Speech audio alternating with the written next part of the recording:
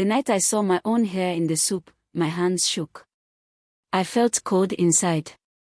I pulled the long hair from the bowl, and I knew something bad was happening. My mother-in-law, Mama Chuka, was watching me. She smiled, but it was not a kind smile. It looked strange, like she was happy that I was scared. That night, I could not eat. I felt sick. My heart beat fast, and I could not speak. Mama Chuka said softly, "A wife must eat what her husband's mother cooks." Her words made me afraid. I looked at her again, and I knew she did not like me.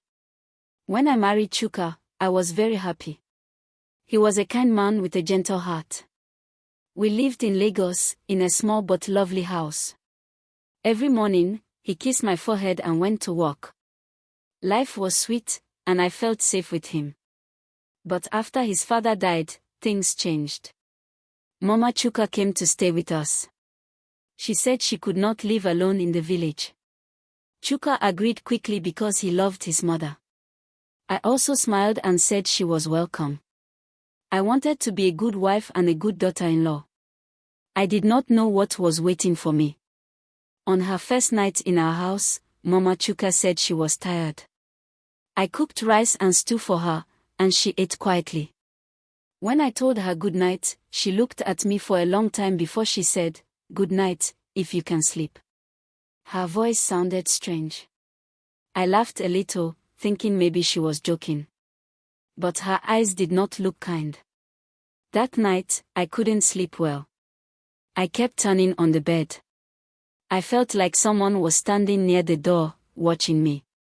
When I looked, no one was there. I told myself it was just my mind playing tricks. But deep down, I felt uneasy. In the morning, Mama Chuka stood by the kitchen door while I cooked. She didn't say anything. She just watched me. When I turned to greet her, she looked away. Every move I made, I could feel her eyes on me. It made my skin feel tight.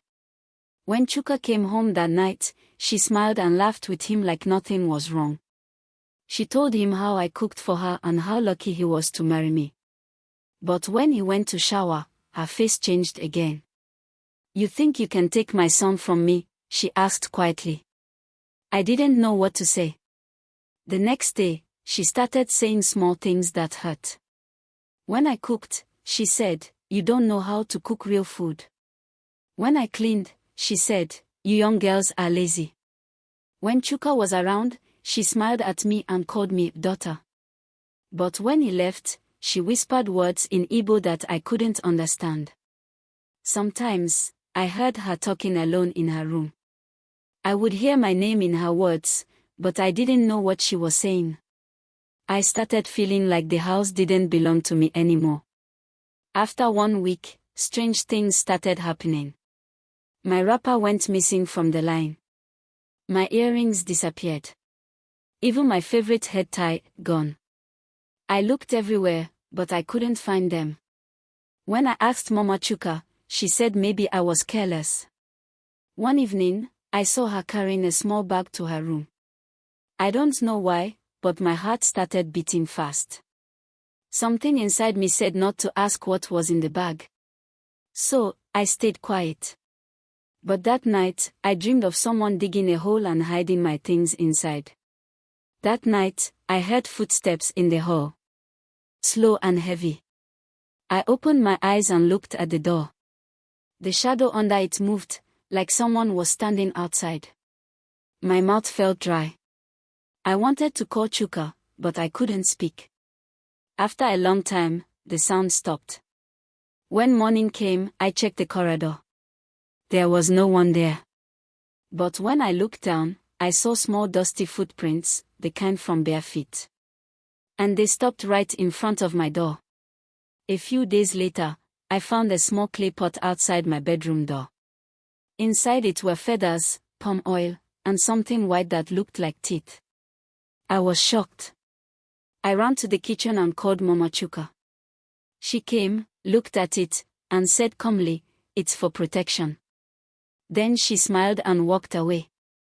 Protection from what? I wanted to ask, but fear held my tongue.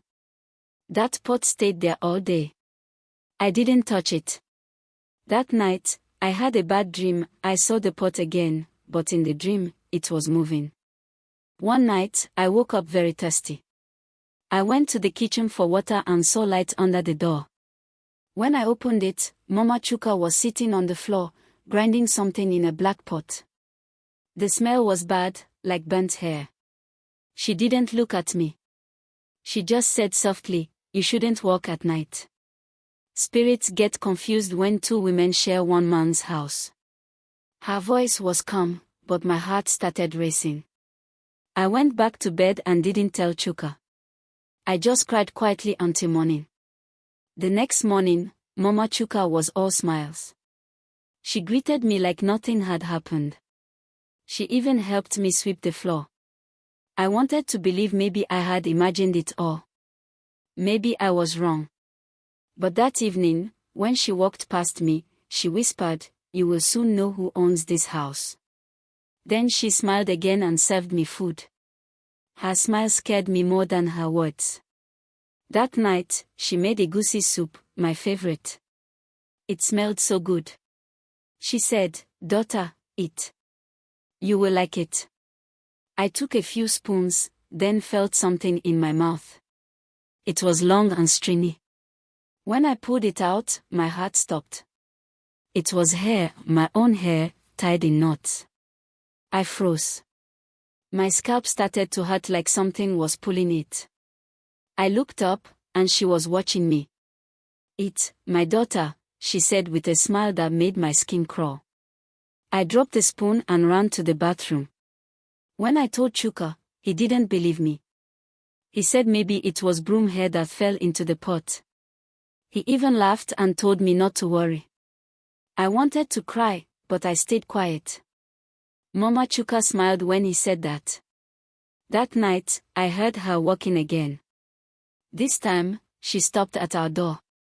I could see her shadow under it. She stood there for a long time. I held Chuka's hand, pretending to be asleep. But inside, I was shaking. 2 days later, Chuka got sick. He had fever, body pain, and strange dreams. He said it felt like something heavy sat on his chest when he tried to sleep. His skin looked pale, and I could see dark marks on his back. The doctor said there was nothing wrong. "Maybe it's stress," he said. But I knew it wasn't stress. I saw Mama Chuka smile when she brought him food. And I swear, I saw her whisper something over his plate before giving it to him. I begged Chuka to let us see a pastor. He finally said yes. When the pastor came, he didn't even pray at first. He walked around the house slowly, looking at every room. Then he stopped near our bed and said, "Someone has buried something here." I felt cold all over. We pushed the bed aside and started digging. The sand was soft, like someone had already touched it. Then we saw something wrapped in my scarf. When we opened it, I screamed. Inside the scarf were small bones, hair, a dead lizard, and a tiny clay figure that looked like me. A long feather was stabbed through its heart. My knees went weak. I couldn't breathe. The pastor said, "This is not ordinary. Burn it now." We took it outside and burned it with kerosene. The smell was bad, like rotten eggs. As the fire burned, Mama Chuka came out of her room. She watched silently, not saying a word. Her eyes shone in the firelight. That same night, Mama Chuka packed her things. She didn't tell anyone she was leaving. She just stood by the door, looking at me. "You will remember me," she said softly. Then she walked out. Chuka didn't stop her. He just sat on the bed, silent and weak. When she left, the air in the house felt lighter. The pastor prayed for us again and sprinkled water around the rooms.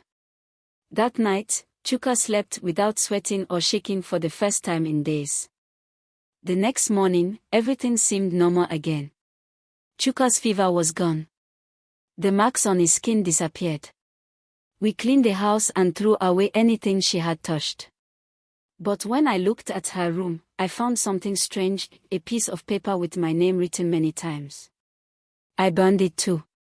But even after that, I couldn't sleep in peace. I still felt like someone was watching me. Sometimes I heard a whisper when I washed plates or cooked food, like someone saying my name. At night, I started seeing her in my dreams. She would stand at the foot of my bed, smiling. In the dream, she'd say, "You ate my food, now my spirit lives in you." I'd wake up sweating, heart racing. Chuka said it was just bad dreams, but I wasn't sure. One night, I smelled egusi soup again, strong and oily, even though I hadn't cooked. I checked the kitchen. Nothing was there. But the smell stayed for hours. Months passed, and I tried to forget. But one afternoon, someone knocked at the gate. When I opened it, a small boy stood there with a note. It said, "A mother never leaves her son." There was no name, but I knew who sent it. That night, I prayed hard. I asked God to keep my home safe. The next morning, I saw footprints again, small and dusty, right in front of my door, just like before. It's been 2 years now, but I still can't eat egusi soup. Sometimes, late at night, I smell it, thick, oily, and full of hair. I wake up and check the kitchen, but the stove is cold. Still, the smell stays. I've learned that evil doesn't always live far away. Sometimes, it comes into your home wearing a smile, calling you daughter. And sometimes, it feeds you your own hair just to watch you fear.